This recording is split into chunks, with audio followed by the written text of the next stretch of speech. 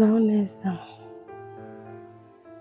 Amazina yanjye ni Mukabasenga Anita, nkaba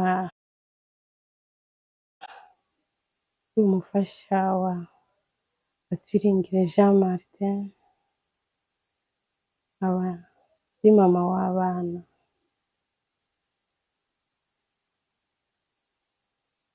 Biragoye kugira icyo mvuga, ariko nanone mvuga, reka dushime Imana bari twitaho uko bwije n'uko bukeye. Imana ni igitangaza, irahambaye.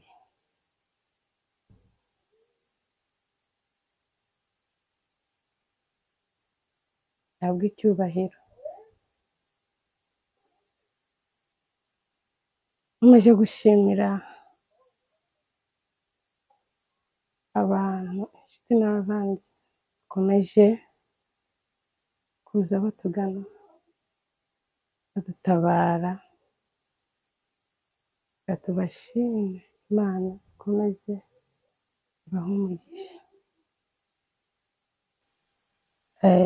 Igisubizo wa mukobwa mukuru mwabonyemo umwana wa mukuru wanjye, ariko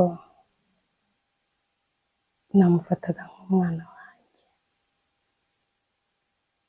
Biragoye kugira icyo mvuga,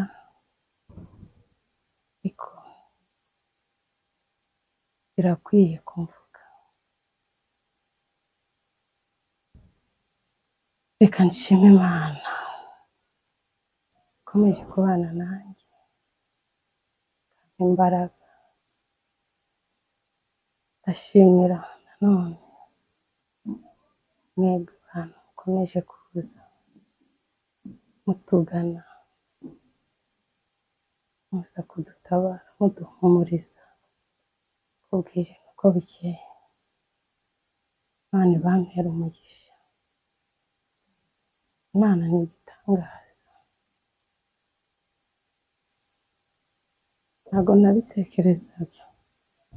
Umuryango wanjye twari tubanye neza bikomeye pe. Navuga ko ari ijuru rito. Umugabo wanjye yankundaga, namukundaga, byarenze kuba sheri.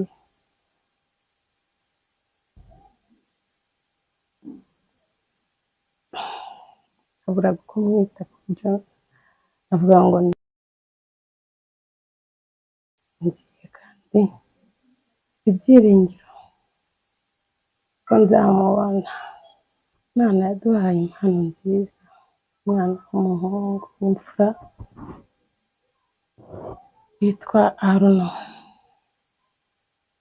Aruno yari umwana udasanzwe, afite imico papa we.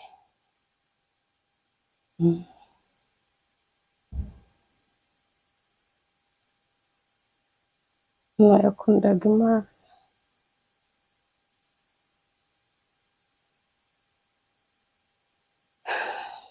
Papa we yarabateguye, ndabizi neza, yarabateguye. Nzamubona, nzamubona. Imana irongera iduha umwana wo atagize, njyewe yaranejeje. Iyo yagombaga kunkorera yarabikoze. Nubwo inzozi ze abashije kuzibona, zirebesha amaso.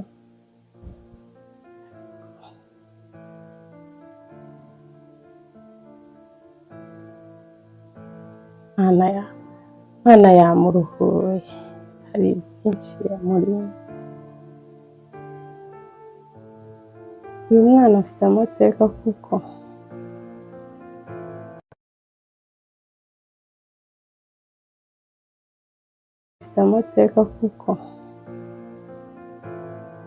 namuhamagaraga mu mazina yose. Namuhamagaraga mama Aruno,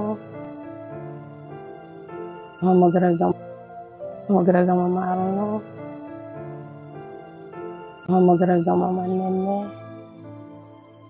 mpamagaraga mama Titi. Yari afite amazina menshi mpamagara, ariko ashingiye ku bandi bene nyina abona aho ngaho.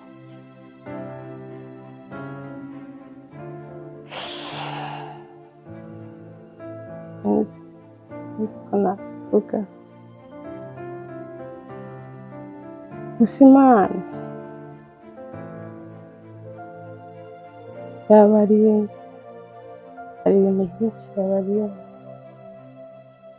Bakundaga papa wabo, bikundanye ngo birajyana. Bakundanaga cyane, gusa Imana imbabarire, amanje kwitotomba. Imana avuga ni kubera iki yemeye ko nsigara, ariko Imana ifiteho umugambi ukomeye,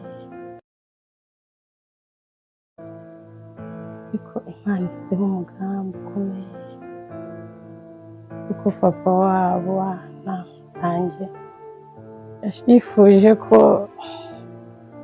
bagendana tugatahana, ariko ntabwo yabashije gukunda. Ari ku mpamvu zinturutse, ari ubushake bw'Imana. Imana yateguye izi mpamvu, kandi nanjye ndaharanira, kandi ntashidikanya ko muri kiriya gitondo ngomba kubiharanira uko byagenda kose, kugira ngo nanjye nkazabona. Kandi mfite kwizera pe.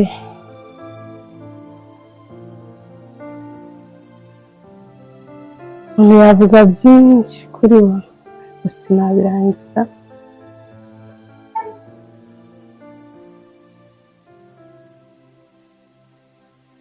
Ncumbikira ngaha.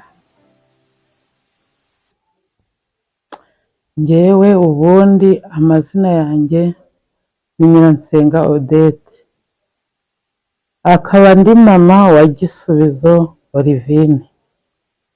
Gisubizo Olivine rero ibyo namuvugaho ni byinshi, ariko cyane ikintu cyarangaga Gisubizo Olivine yagiraga urukundo.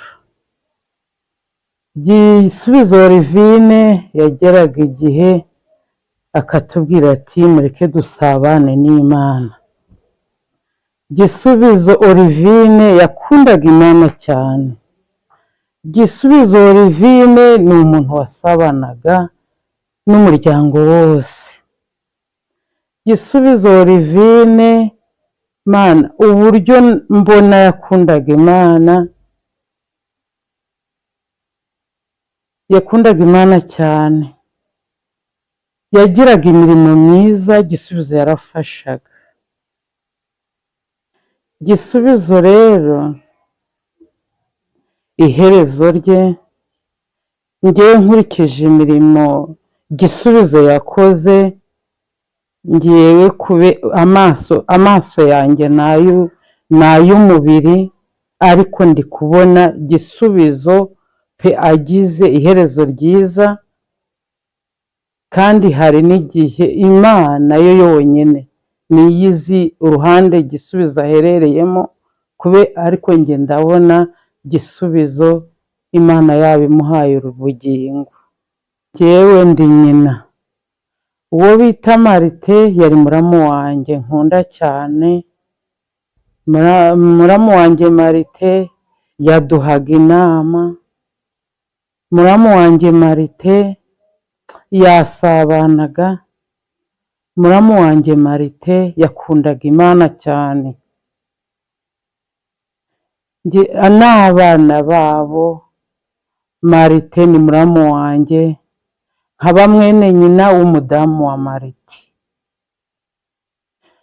Ubu rero nanjye ndimo ndaharanira kugira ngo ngire imirimo myiza, ku munsi w'umuzuko tuzabonanire mu bwami bwo mu ijuru. Muri uyu mugoroba mbere yo kugira icyo mvuga mbanje kubashimira mwe mwese mwitanze mukaza kutuba hafi kuva umunsi mubi watubaho muri iyi minsi mibi yari itugoye kugeza uyu munsi mukidufata mu mugongo. Ndabashimiye ndanabasuje amahoro y'Imana n'abane nabo.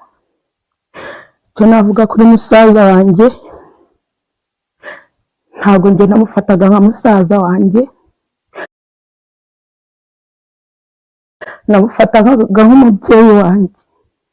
Ni umubyeyi wanjye, ni umubyeyi wa twese, yari adufitiye urukundo, si twe gusa, famiye yose, abavandimwe, abaturanyi, mbese abantu bose ku ruhande, abo basengana, yari umumaro kuri twe. Musaza wanjye namukundaga by'intangarugero. Musaza wanjye namukundaga, cyo namwifuriza Papa Runo, ndagusezeranya ko nzihangana nkore ngerageze kugera ikirenge mu cyawe kugira kuri wa munsi nzongere kukubonaho. Icyo navuga ku bana bacu, abana bacu nabakundaga, abana bacu bari ingenzi kuri twe.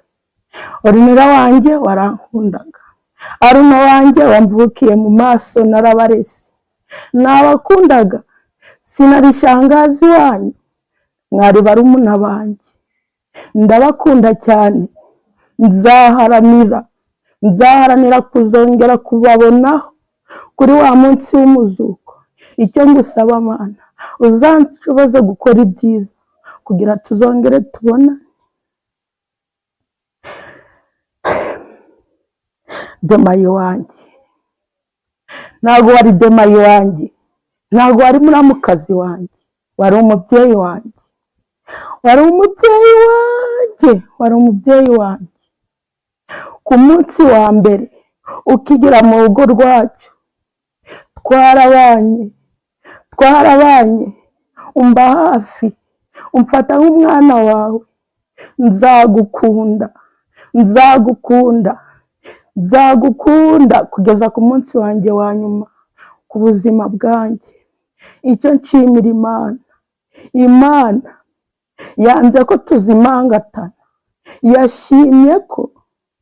yashimye ko musaza wanjye, papa wanjye ariwo rwibutso yadusigiye, niwo amaraso yadusigiye.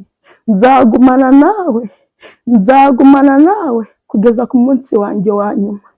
Icyo nshimira Imana, nimugoroba wampamagaye urambwira nagisa ngwino hano, twakundaga kunyita, ndaza uranyicaza urambwira uti mwana wanjye muhumure, sinzabata, sinzabatererana, sinzabahana, mu bibazo byose turi kumwe, sinzigera mbasiga. Tuzaharanire kubona amaraso yacu, niwo maraso Imana yadusigiye. Icyo nagusezeranya, isezerano wampaye Imana izagukomeze, ntukadutenguhe natenguha. Murakoze, ndabashimiye.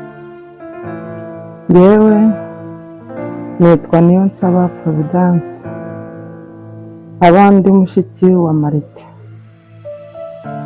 Marite aramukurikira ubwa gatatu, ni imfura ya mama. Ni njyewe n'umukobwa washatse mbere, ni nanjye imfura yabo w'umukobwa. Marite kuva mu busore bwe yambaye hafi, akambana, akambumba. Marite yari inshuti yanjye y'akadasohoka, yangiraga inama mu buryo bwose bushoboka. Marite igera aho ashaka umugore we turabana, tubana neza, nta kibazo n'iki na kimwe twigeze tugirana. Ndi gushima Imana nk'umugore wa Marite yasigaye, nubwo Marite yajyanye n'umuryango we, ntabwo yadusize twenyine, yadusigiye incungu y'urugo rwe. Tuzabana nawe, tuzamuba hafi, azatuba hafi mu buryo bwose bushoboka. Abana be nageraga hano bakanyakira neza, bakamenya ko ndi nyirasenge, bakanganiriza, umwe akanyicara impande, undi akanyicara impande, tugaparura tukumva turishimye. Imana ibakire mu bayo. Nitwa Kwihangana Pauline. Mbanje gushima Imana n'abantu bose bari aha ngaha baje kudutabara, bamaze iminsi hano guturuka twakubitwa n'inkuba kugeza uyu munsi. Ndi Kwihangana Pauline, Marite akaba inshuti magara yanjye, umuvandimwe, musaza wanjye, yarasobanuye byinshi kuri njye. Njye na Marite twari dufitanye umubano wo hejuru, byagera ku rugo rwanjye n'umugabo wanjye n'abana banjye bikaba akarusho.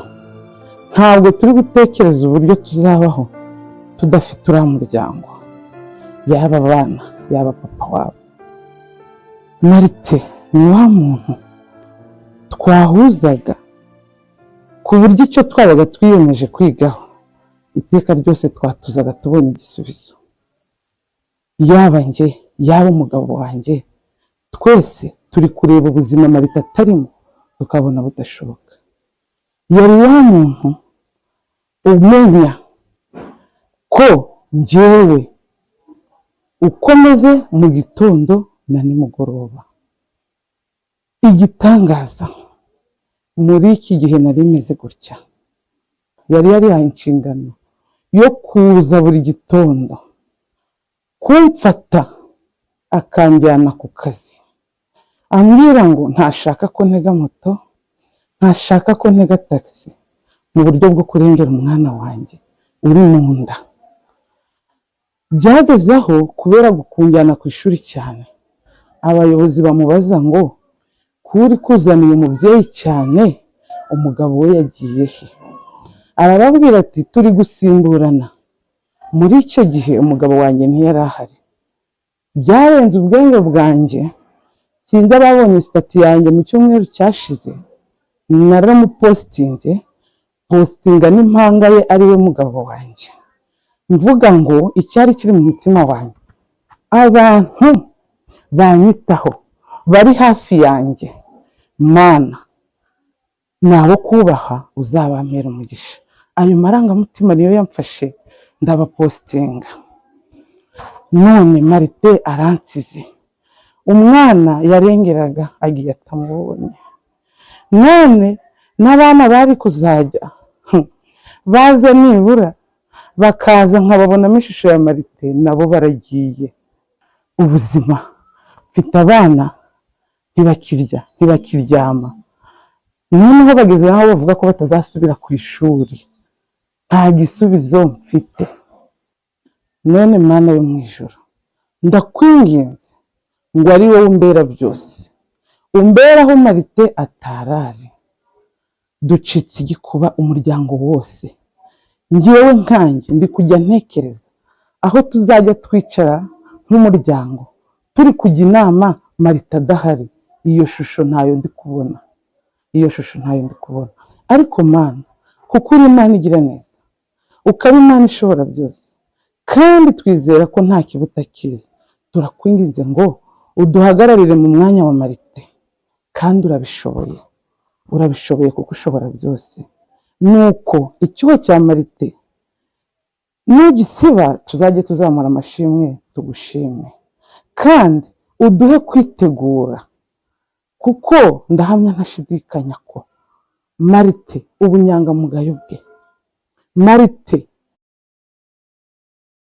yari wa muntu ukora ikosa yabona mugiye kubipfa agahita ari wowe umunyamafuti wowe ukaba umwere kugira ngo amahoro arambe. Nkurikije rero ndahamya ntashidikanya, ngiye ndareba nk'umwana w'umuntu nawe urareba nk'Imana, ndahamya ntashidikanya ko iherezo rye ari ryiza. Nanjye icyo ngusaba mpa guharanira kwitegura ngo mu gitondo cy'umuzuko nzabonane na Marite mfite ibintu byinshi byo kumubwira ibyo abana basigaye bavuga. Mfite umwana muto w'imyaka 4 ari kumbwira ngo